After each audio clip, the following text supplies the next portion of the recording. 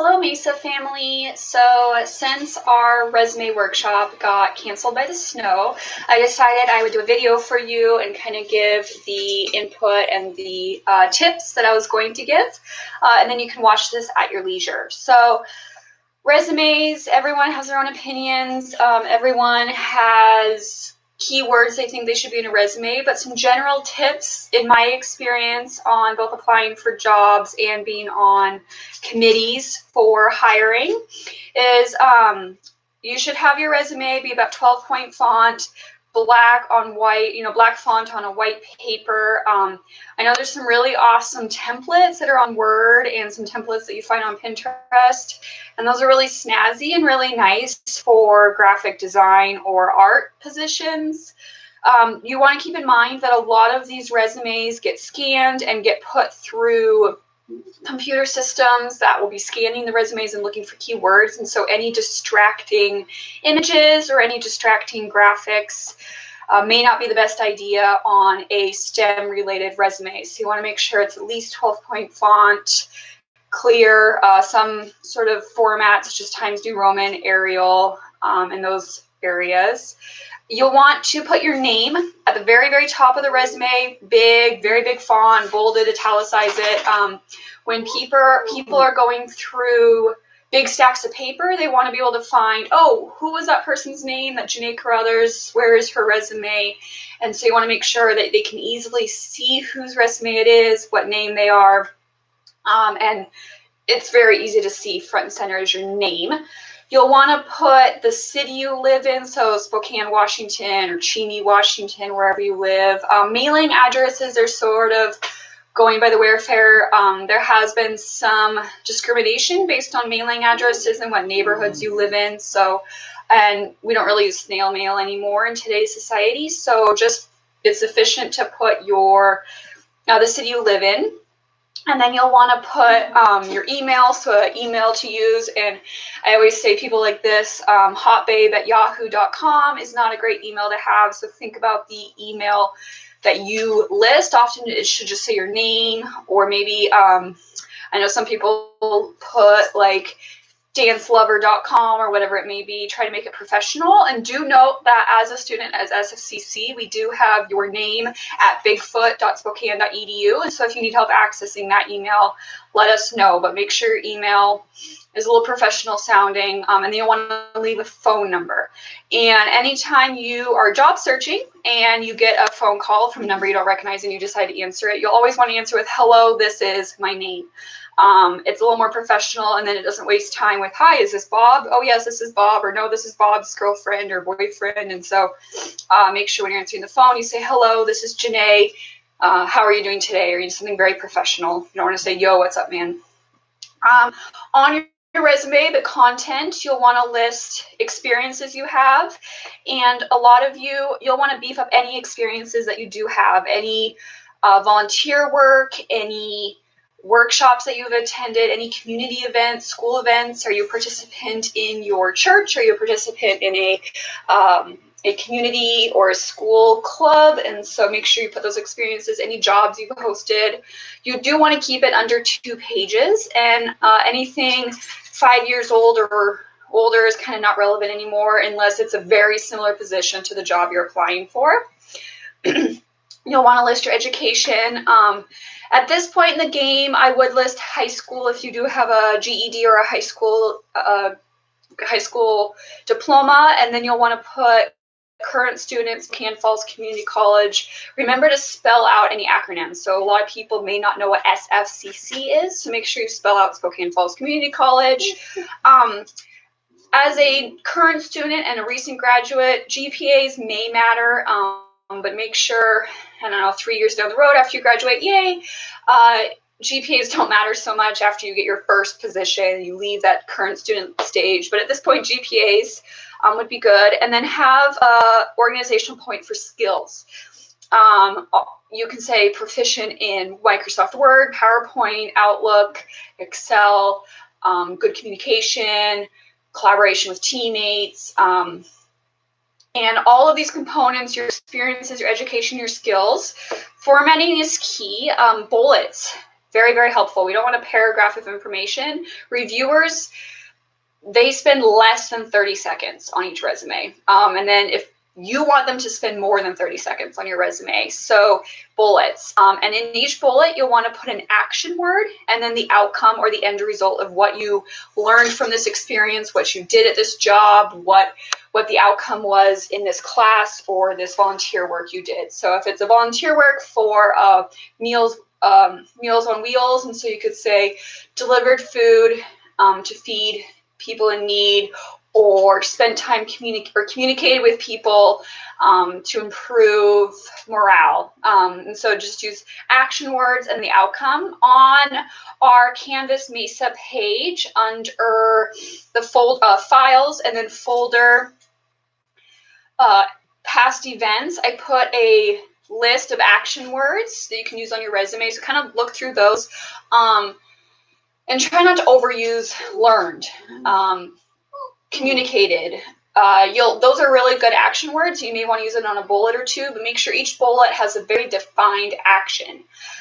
If you worked in a customer service job, so like Target or in food industry, you could say collaborated with customers, served foods to meet customer needs, action words, and then the outcome or the end result. People are, when they're looking at past experiences, they're more concerned with what did you learn and what did you do, and you want to be as specific as possible.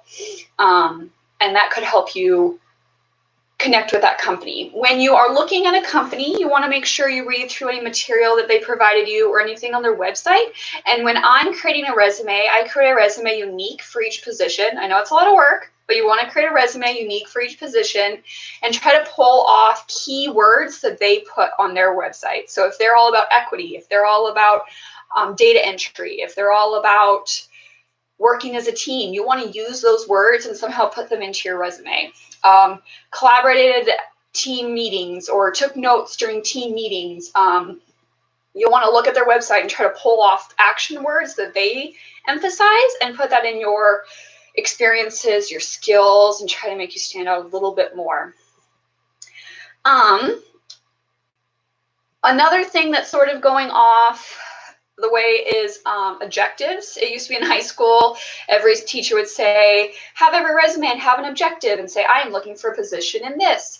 We don't really use objectives anymore. They're kind of time wasters, and the hiring committee knows you're looking for a job. So no need to put an objective. If you would like to put a really short paragraph at the top, kind of saying, I have lots of experience in teaching, I have lots of experience in lab work, and I'm looking for a job to use those skills, that's fine, but make sure you keep it short, and then you move into the concrete action words, the concrete outcomes, and your skills and experiences.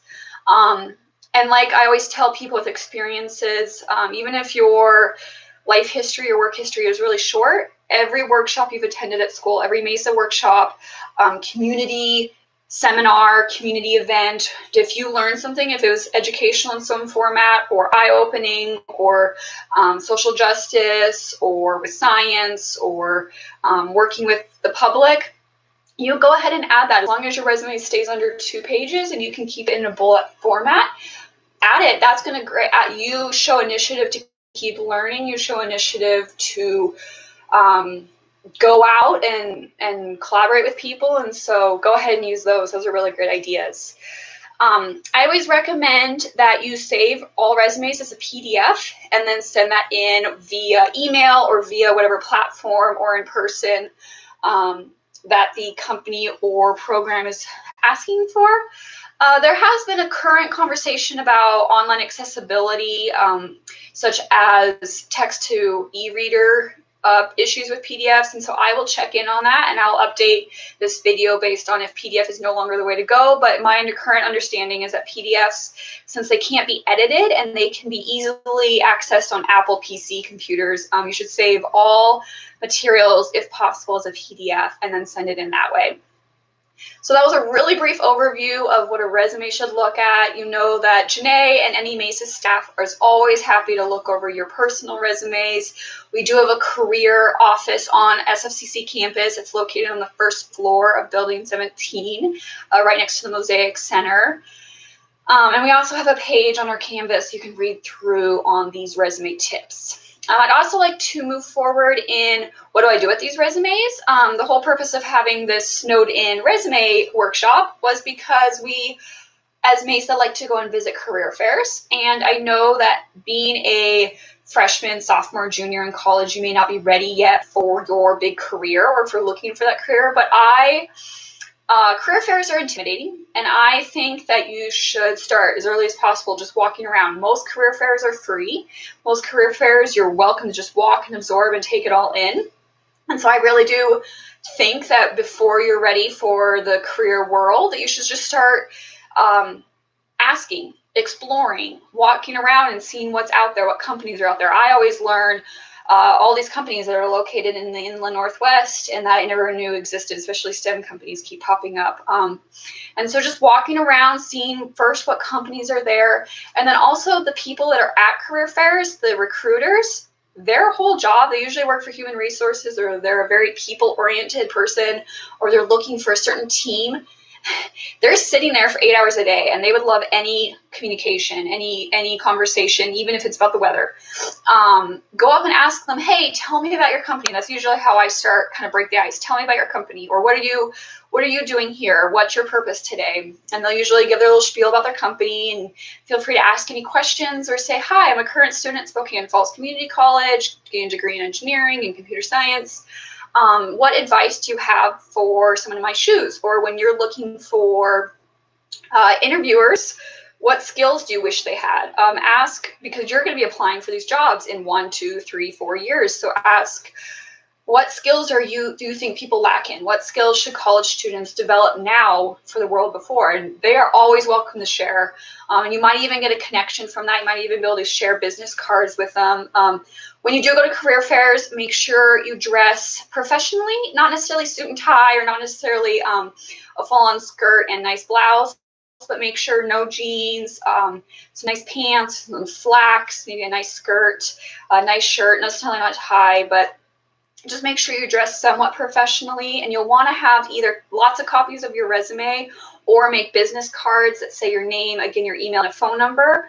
And Mesa Center has printable business cards that you can have. So let Janae know if you want any of those. But yeah, go to a career fair with a purpose. I'm just going to go explore, or I'm going to go find 2 companies that are about biology, or I'm going to go talk to 5 people about interview skills or resume skills. And people are very, very open at career fairs. They're all day and they're on their feet and they just want to talk to someone and kind of have the time pass by. And I know they're very, very willing to share any advice, even if you're not particularly interested in their company. And all of them also have backgrounds. All of them went to college at some point, or at least some schooling in their point. So go share with them, be brave, have a handshake, make eye contact. But practice makes perfect. So I try with Mesa at least twice a year to go visit a career fair. We have one coming up on February 20th, 2019, if you are interested. It takes practice, but let us know what we can do to help, and hopefully these tips helped you. Thank you.